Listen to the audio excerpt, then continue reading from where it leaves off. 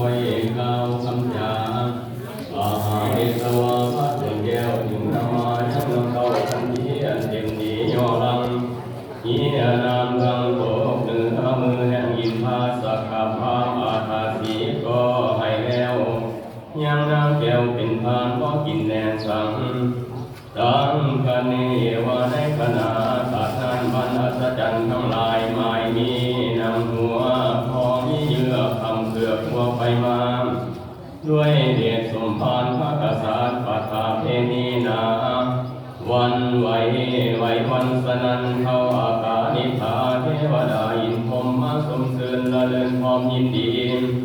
ซึ่งทานบารมีเมื่อพระศรีให้พระราชมณีเป็นทานแก่อินทาสักพามเป็นอันยิ่ง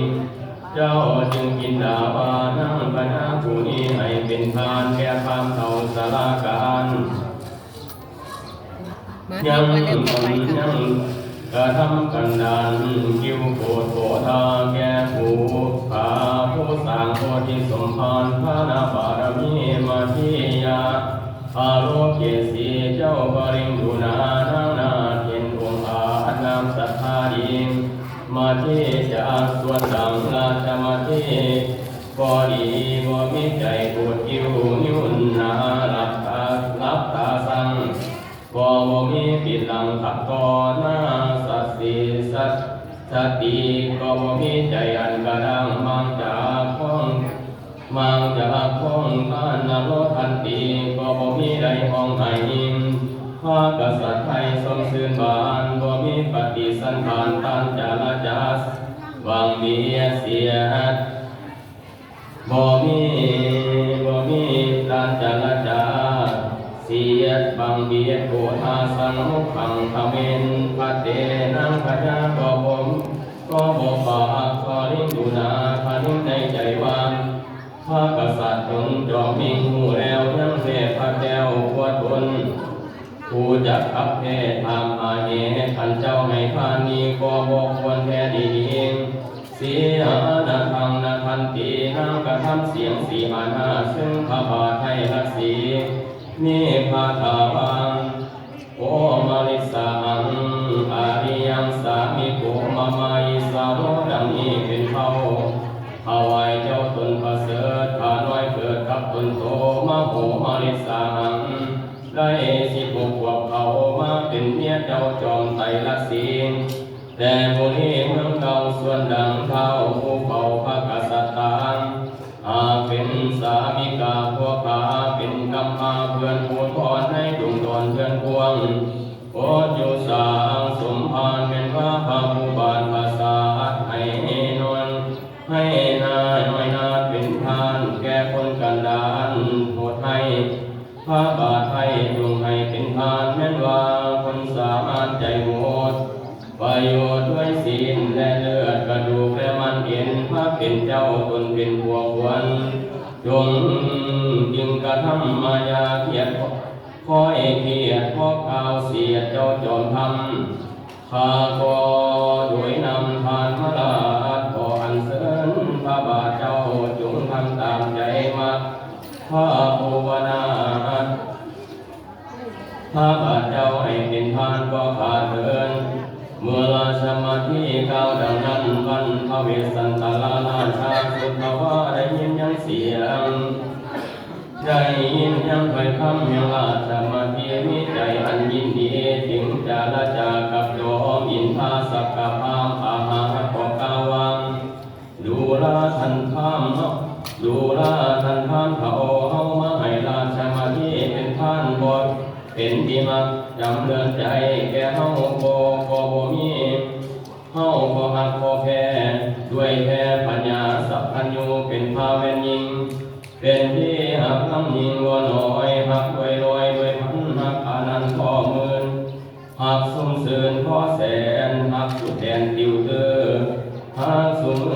มือลานพ่อแสนที่ยิ่งกว่าเฮาหักราชมาที่ดังนั้นเฮาพระองค์ก็ประสงค์ปัญญาสัพพัญญูเป็นภาก็จึงสาราชมาที่ให้เป็นทานแก่พระผู้ตะเดินไทยมาหอดพอมีใจตั้งจอดมาขอแท้ดี เมื่อพระศรีกล่าวดังนั้นบัณฑิตพาสักกะพามอาหาโตกาวันอีทางทานังอันวาทานอันนี้จงเป็นปัจจัยกำพงองค์กษัตริย์ให้ได้โยรัตตัสสะพันยุเป็นภาคตัสสะพันยุเป็นผู้ไถ่ของโลกนำสัตว์โลกให้พ้นจากอุปาสงสารให้ได้ถึงนิพพานเป็นที่แล้วเตสะทานอันใดอันใดให้แล้วอันใดให้ลูกแก้วและเมียมิงเป็นทานนี้ก็พาเดินเมื่ออินทาสักกะพามถวายยังสิทธิพระพรแก้วอันให้แล้วดังคำปรารถนาก็กล่าวคาถาวาข้าพุทธานังมานานังกาทุกขะธังธรรมังกับโภพันติอาสันเตนาโภพุทธัสเตสัตตังธัมโมทุลโยดังนี้เป็นเท่าข้าถวายสมภารทานวัตถุยังมีหลายประการมีปุตตาภริยาวัตถุทานเป็นต้นคนสัพพุริสาภูงโหทิงโกธาโมหะแสนธนามัสเสริยธรรมจำจองไว้โพสาโมแห่งโมเมาโมให้ภริยาท่านใดสนเสื่อไว้เหี่ยวตายเหลือหูหรือคำหลายกว่าทานนั้นว่าสีรังคันเนบ่หอกปวดพลาลวด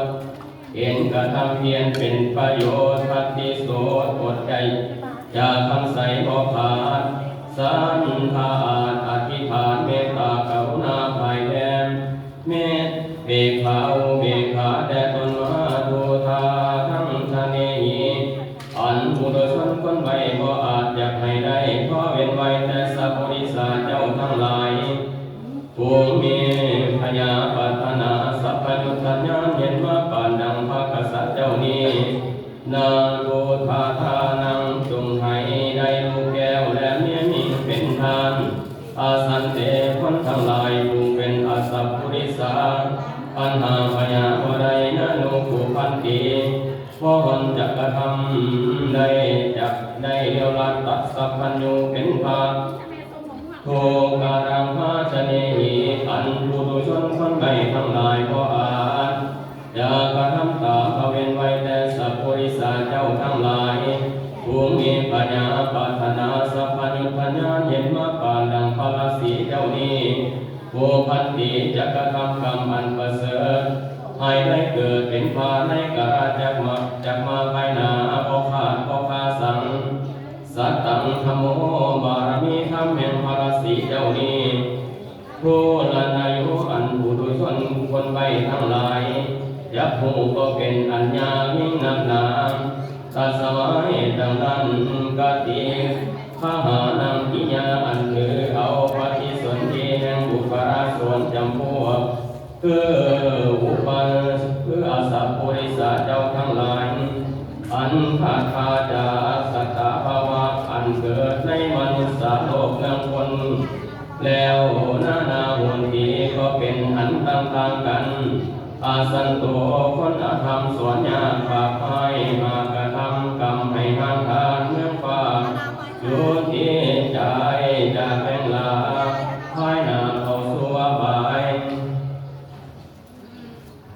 ทุกอย่างไฟไหม้มนเวทนาเป็นทุกข์อาแสนสิ่ง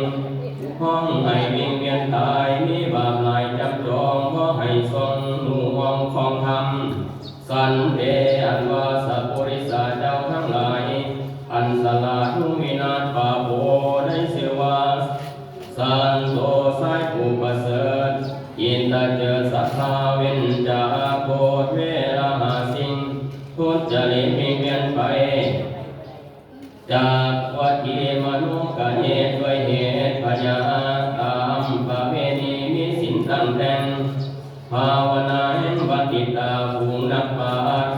ขั้นมรณะแล้วจึงเข้าสู่สวรรค์เมืองฟ้าข้าแห่งบุกิตาผู้บานตนวิเศษมาอยู่หิมเวทคงไฟปราสาทไฮโสมโนมัยลูกแก้วท่านแล้วพออิ่มใจยังเราให้ท่านนั่งมาที่เมียมิงหักปวดสิ่งคือตาด้วยกุศลเจตนาดวงใด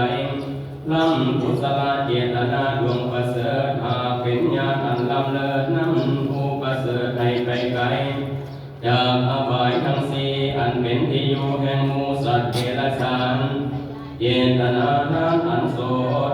ก็ขอให้แล้วประโยชน์แก่เจ้าโจมราชสีในสุขาภิบาลของกีฬาอยู่ทางเท้าเป็นอาจเสวยลมพานุดมนั่นลมจากนั้นเข้าผู้เฝ้าพากษัตริย์ให้ได้ถึงสามพยุตยานบ่ขาดแคล้วในเมืองแก้วอายุตุสิตาสวรรค์ก็จึงได้ผ่านแผ่วสงสารจึงได้ตานสัพพยุตยานเป็นพาอัฏฐาสัพโพอนุโมทานังกักาตวะอินทาธิราชทรงกับบุญสงฆ์านข้านวัดพระกษัตริย์แล้วตนแก้วจึงมีพระราชอิญญาวากูจะกระทำให้สานั้นในป่าหิมพานที่นี้บ่ควรแลงกูจะถวายนั่งนงทานสมภกิจแก่บุพเพข้าเจ้าแล้วตนแก้วจึงเงือสู่สวรรค์พันอินทาคณิงดังนี้แล้ว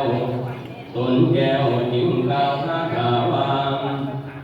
ถ้ามีคนโตอริยังมาที่สัพพังคโสพนังดังนี้เป็นเป้าถวายผู้อนาถบาทไทยรับเอาเมียแห่งตนอันปราสาทให้แก่ข้ามาลาโดยสมมโนข้าก็ขอโมทนาให้แก่พระผู้บานขึ้นเราเพื่อท่านเพื่อท้าวเฝ้าราศีถ้ามีข้าก็จะให้สิทธิพระพรแปดสิ่งแก่เจ้าจอมมินราศีซึ่งพระผู้มีตนลำเลิศจงมาเอายังพระพรแก้วอันประเสริฐแปดสิ่งประการเทวันเถินพันหินท่าพิลาศกล่าวแล้วก็หนีไปอยู่ที่อยู่แห่งตนเมื่อนั้นบรรพลัสสีก็ยินดีสมเสริญซึ่งคำสอนรับเอาแล้วยังพรแปดประการดังนี้แล้วจึงกล่าวในบาทถาวาวรัญญาเทวเมอาโทสกาตุลาอินทาธิราชพันวักจักภาษาไทยยังพรแก้วประการแก่โนดังนั้นวันบรมศรีส่วนใสตนพอโนมโนอนุโมทัยยะก็จงให้อนุโมทนานำริพนมหุลโยธามมาลาชธามาลาธนานิลมนตนเทาเงือเสวยลาดเป็นอาเลซาดังเก่าเราสองที่เฮาก็ตั้งใจดีสลาดรับเอาพรแก้วอาจเป็นปฐมโอปุริโสโมใจยาอาหวังอย่าได้เข้าใจว่าจะขาผู้ชายอันกระทำเหตุติดกับไว้มิสาจารอาทินาทานผู้ใจโหดขอให้เฮาได้ปล่อยโกรธยังคนอันเป็นโทษท่านคิวโกรธโกธาหาฟันว่าสัญหาจากมือท่านให้มีชีวิตแล้วเป็นคนเราก็ถือเอาพระพรคำสอนอันลำยิ่งคงลบทวนสองสิ่งประการแท้ดีดูแลอินทาธิราชมนุษย์สารว่าคนทั้งหลายภูมิเฒ่าแก่และหนุ่มน้อยและปานกลางทั้งยิงไส้ฝูงใบเขามาอาศัยซึ่งเฮาบัดนี้เขาก็รับเอายังพรแก้วอันให้แล้วทวนสามทีแท้ดีน้ำดูแลอินทาปาลาทานังเนี่ยทางงามเหลือเกือย่าได้จับแจงเสือกระทำผิดจงให้เฮามีชีวิตหักน้องนาทักสนุมมรมนาอย่าได้เข้าทุกอำนาจแห่งมาตุคามเฮาก็หักเอาพระพรคำสอนอันควรสีแท้ดีนามดูแลอินทาพุตตาอันว่าลูกยิงสายเสน่หาผู้ประเสริฐอันเกิดมาแต่หัวอกแห่งเฮาคือว่าเขาสาลีที่ขายอยู่กลางจงให้มีชีวิตยืนยาวยิ่งจงให้ได้เสวยลาภแสงคืนเฮา